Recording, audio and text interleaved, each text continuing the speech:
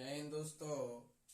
मैं आज आप लोगों को विजयनगर साम्राज्य से आने वाले विभिन्न परीक्षाओं में जो प्रश्न आते हैं उन्हें मैं आज फिर से कॉम्पिटिटिव क्लास के माध्यम से लेके आया हूं।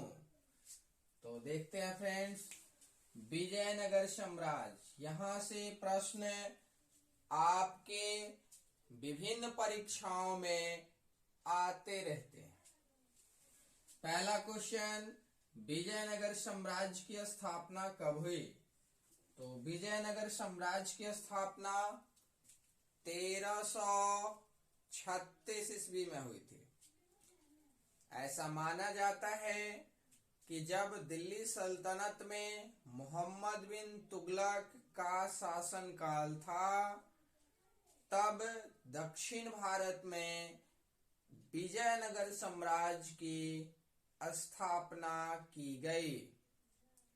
विजयनगर साम्राज्य की स्थापना 1336 ईस्वी में हरिहर एवं बुक्का नामक भाइयों के द्वारा की गई।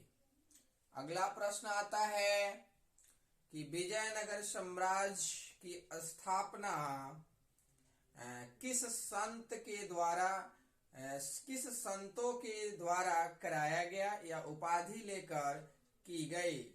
तो विजयनगर साम्राज्य की स्थापना विद्याधरण संत से उपाधि लेकर अपने पिता संगम के नाम पर संगम वंश की स्थापना हरिहर एवं बुक्का नामक भाइयों के द्वारा किया गया। तो याद रखेंगे, यहां से 2 से 3 प्रश्न बनते हैं। पहला प्रश्न कि जब विजयनगर साम्राज्य की स्थापना हुई उस समय दिल्ली के शासक कौन थे, यानी सल्तनत काल में शासक कौन थे? तो मोहम्मद बिन तुगलक थे। अगला क्वेश्चन, विजयनगर साम्राज्य की स्थापना किसने की? तो 1336 ईस्वी में हरिहर एवं बुक्का नामक भाइयों ने किया था। तीसरा प्रश्न, विजयनगर साम्राज्य में पहला वंश था संगम वंश, और संगम वंश जो कि हरिहर एवं बुक्का ने अपने पिता संगम के नाम पे संगम वंश रखा था। तो विजयनगर साम्राज्य का पहला वंश संगम वंश है, और इस वंश की स्थापना वाराणस के पंडित विद्याधरण संत से उपाधि लेकर विजयनगर साम्राज्य की स्थापना की, यानी पहला वंश संगम वंश की स्थापना की गई। तो विजयनगर साम्राज्य पे कुल 4 वंशों का शासन रहा। विजयनगर साम्राज्य पे कुल 4 वंशों का शासन रहा। पहला वंश संगम वंश है, दूसरा वंश सुलू वंश है, तीसरा वंश तुलु वंश है, और चौथा वंश अरिवाडु वंश या अरिकमेडु वंश। ये 4 वंश हैं जो विजयनगर साम्राज्य से संबंधित है। विजयनगर साम्राज्य से निश्चित ही 1 से 2 प्रश्न आपके विभिन्न प्रतियोगी परीक्षाओं में आते रहते हैं। आगे देखते हैं, विजयनगर का शाब्दिक अर्थ क्या है? तो विजयनगर का शाब्दिक अर्थ या विजयनगर का शाब्दिक अर्थ जीत का शहर। विजयनगर का शाब्दिक अर्थ जीत का शहर। विजयनगर साम्राज्य की राजधानी कहाँ थी? तो विजयनगर साम्राज्य की राजधानी हम्पी थी। अगला प्रश्न, विजयनगर साम्राज्य के खंडहर कहाँ स्थित हैं? तो तुंगभद्रा नदी पर। विजयनगर साम्राज्य के खंडहर कहाँ स्थित है? तुंगभद्रा नदी के तट। आगे निकोलो कांटी, बहुत बार परीक्षाओं में देखा गया है इस प्रश्न को कि निकोलो कांटी यह इटली के यात्री था। एक प्रश्न तो यहीं पे बन गया कि निकोलो कांटी कहाँ का यात्री था, तो यह इटली का यात्री था। यह विजयनगर की यात्रा पे आया था किसके समय में, तो देवराय प्रथम के समय में। निकोलो कांटी यह इटली का यात्री था जो विजयनगर की यात्रा देवराय प्रथम के समय में 1420 ईस्वी में आया था। तो यहां से 4 प्रश्न बन गए आपके परीक्षाओं के लिए। पहला प्रश्न, निकोलो कांटी कहाँ का यात्री था, इटली का।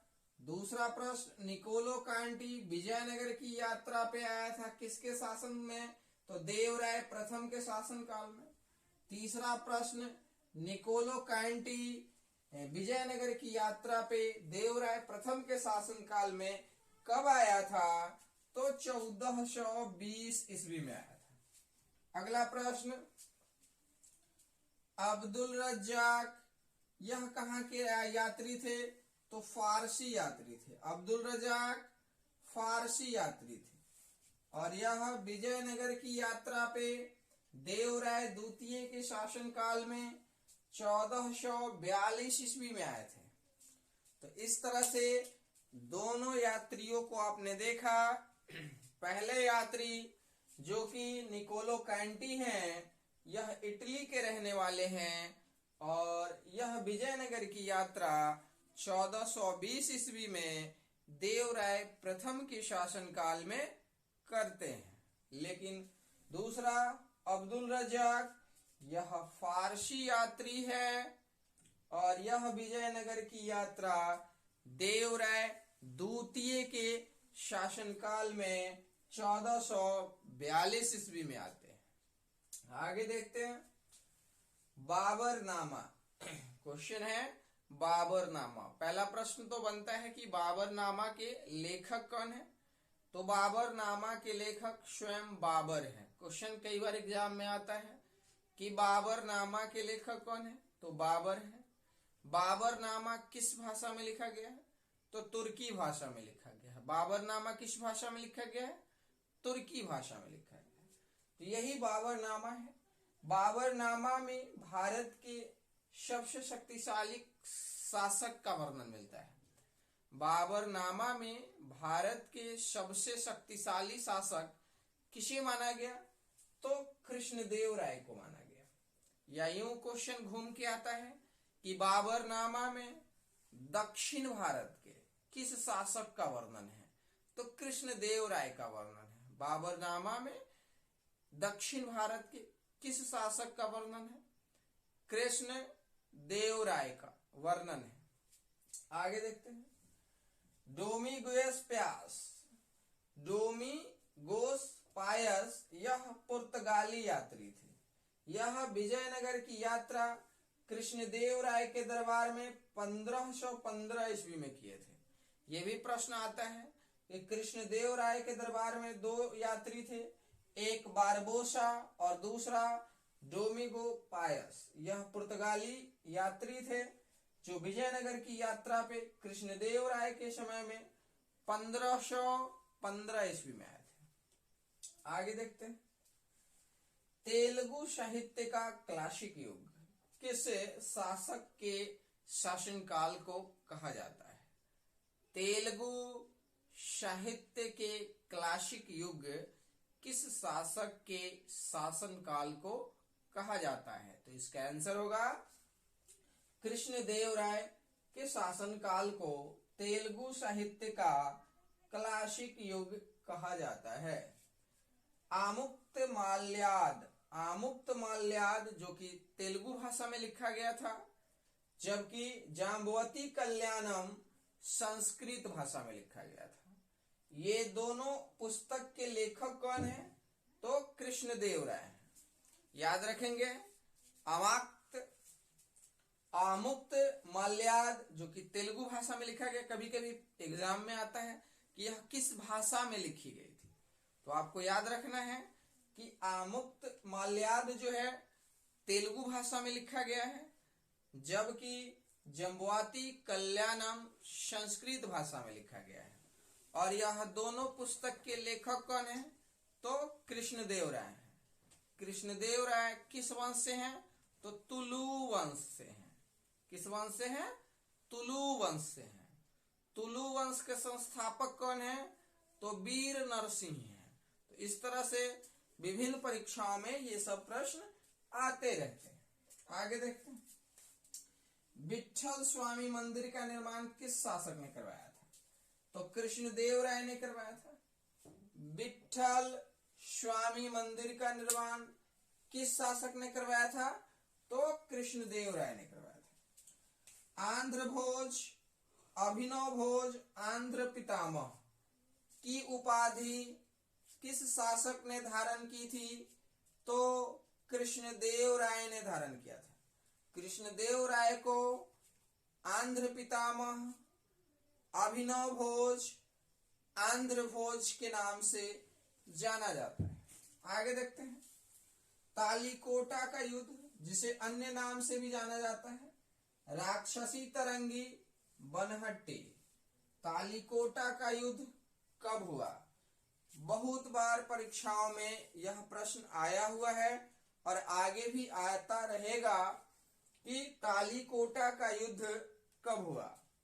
तो 23 जनवरी 1565 ईस्वी को तालीकोटा का युद्ध कब हुआ?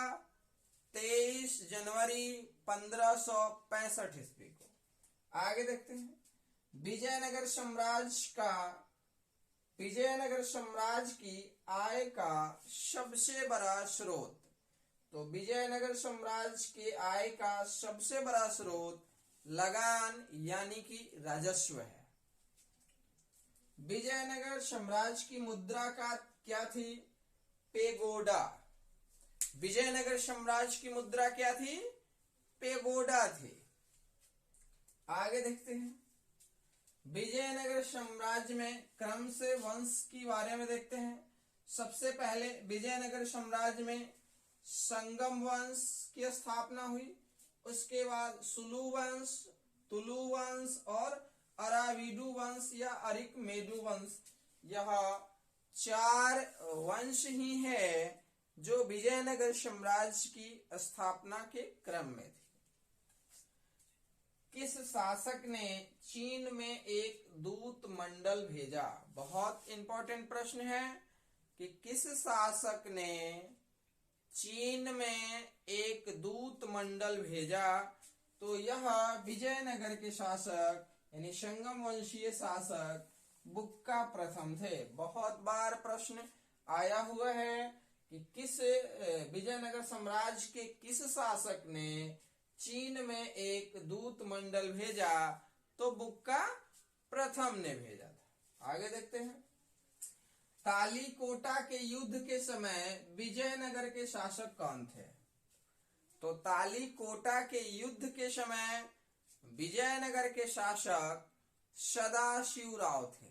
लेकिन क्वेश्चन मॉडरेट हो जाता है, घूम जाता है और पूछा जाता है कि विजयनगर तालीकोटा के युद्ध का नेतृत्व किसने किया था? तो राम राय ने किया था। याद रखिएगा, तालीकोटा का युद्ध कब हुआ? तो 1565 में हुआ था, 23 जनवरी 1565 को। तालीकोटा के युद्ध को ही राक्षसी तरंगी या बनरहट्टी का युद्ध के नाम से जानते हैं। अब अगला क्वेश्चन बनता है कि तालीकोटा के युद्ध के समय विजयनगर साम्राज्य के शासक कौन थे? तो सदाशिवराव थे। तालीकोटा के युद्ध के समय विजयनगर का नेतृत्व कौन कर रहे थे? तो तालीकोटा के युद्ध में विजयनगर साम्राज्य की तरफ से जो नेतृत्व था वो राम राय की तरफ से था। देखिए यहाँ पे लिखा हुआ है, तालीकोटा के युद्ध के समय विजयनगर के शासक कौन थे? तो सदाशिवराव थे। जबकि तालीकोटा के युद्ध का नेतृत्व किसने किया था? तो राम राय ने किया था। तो ये काफी क्रिटिकल क्वेश्चन है, यहाँ कंफ्यूज नहीं कीजिएगा। इसीलिए मैंने दोनों प्रश्न को रखा कि तालीकोटा के युद्ध के समय विजयनगर के शासक कौन थे? तो सदाशिवराव थे। जबकि तालीकोटा के युद्ध का नेतृत्व किसने किया था? तो राम राय ने किया था। आगे देखते हैं, तालीकोटा के युद्ध विजयनगर साम्राज्य में कुल 4 वंश हुए। उन चारों वंश के स्थापना का क्रम देखते हैं। तो पहला वंश है संगम वंश। इसकी स्थापना हरिहर एवं बुक्का नामक भाइयों ने किया था। फिर से मैं बता देता हूं आपको कि विजयनगर साम्राज्य का जो पहला वंश था संगम वंश, हरिहर एवं बुक्का नामक 2 भाइयों ने अपने पिता संगम के नाम पे संगम वंश की स्थापना बनारस के पंडित विद्याधर संत से यज्ञ कराकर या उपाधि लेकर की थी। याद रखेंगे, विजयनगर साम्राज्य की स्थापना 1333 ईस्वी में होती है। उस समय दिल्ली सल्तनत के सुल्तान कौन होते हैं? तो मोहम्मद बिन तुगलक होते हैं, यानी एमबीटी होते हैं। आगे बढ़ते हैं। सुलू वंश के संस्थापक कौन है? तो सुलू नरसिंह या नरसिंह सुलू थे। तुलु वंश के संस्थापक कौन है? तो वीर नरसिंह है। अराविडु वंश के संस्थापक कौन है? तो तिरुमल है।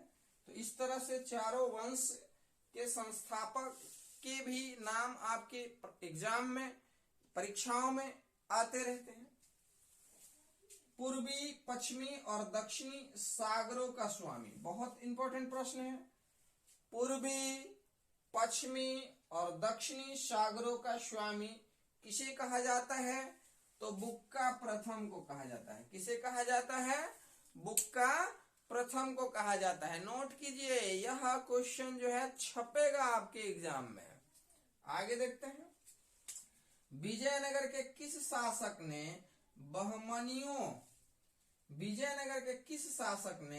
बहमनियों से गोवा को छीन लिया? विजयनगर के किस शासक ने बहमनियों से गोवा को छीन लिया? तो हरिहर द्वितीय ने। ये भी प्रश्न छपेगा आपके एग्जाम में, इसलिए इसे भी नोट कर लीजिए। बारबोसा, जो कि पहले ही बताए हैं, ये पुर्तगाल के यात्री थे। बारबोसा किसके दरबार में आए थे? तो कृष्ण देव राय के दरबार में आए थे। गोलकुंडा का युद्ध किसके किसके बीच हुआ? तो गोलकुंडा का युद्ध कृष्ण देव राय और कुली कुतुब शाह के बीच हुआ। गोलकुंडा का युद्ध किसके किसके बीच हुआ?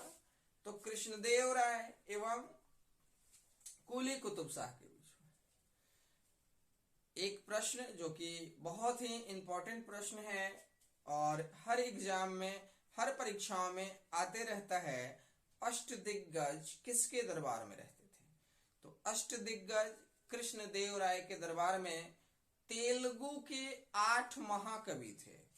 इसे ही हम अष्टदिग्गज कहते हैं। और अष्टदिग्गज किसके दरबार में थे? तो कृष्ण देव राय के दरबार में थे। जबकि अष्ट प्रधान किसके दरबार में थे? तो शिवाजी के दरबार में थे। ये दोनों प्रश्न छपेगा आपके पेपर में, इसलिए याद रखिए, ये प्रश्न नोट कीजिए और याद भी रखिएगा कि अष्टदिग्गज किसके दरबार में थे? तो कृष्ण देव राय के दरबार में थे। ये अष्टदिग्गज क्या है भाई, कभी कभी एग्जाम में आ जाता है। तो अष्टदिग्गज तेलुगु के 8 महान कवि थे, इन्हें ही अष्टदिग्गज कहा जाता है। और ये कृष्ण देव राय के दरबार में रहते थे। और अष्टप्रधान ये शिवाजी के दरबार में रहते थे। तो इस तरह से मैंने आपकी विभिन्न परीक्षाओं में आने वाले प्रश्नों को रखा और विजयनगर साम्राज्य से विभिन्न परीक्षाओं में आने वाले प्रश्न को रखा और टू द पॉइंट रखा।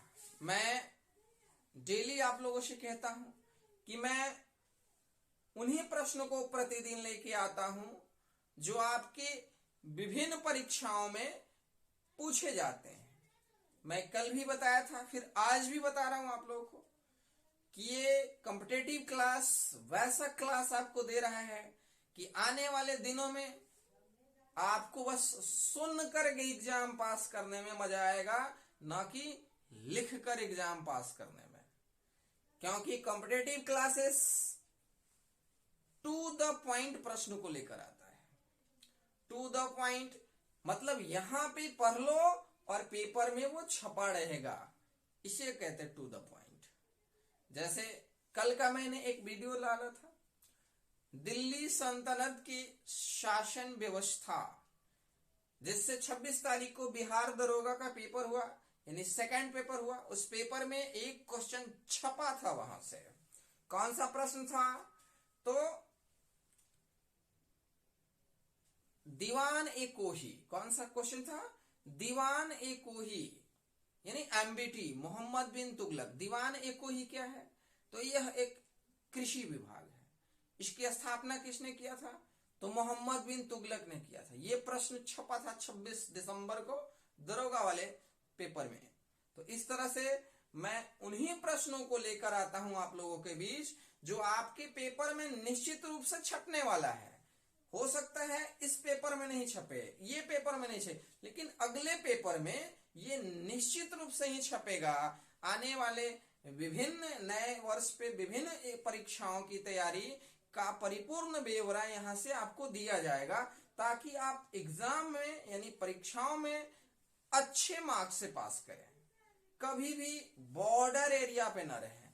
इसलिए कॉम्पिटिटिव क्लास को ज्यादा से ज्यादा लाइक, शेयर एंड सब्सक्राइब करें। धन्यवाद।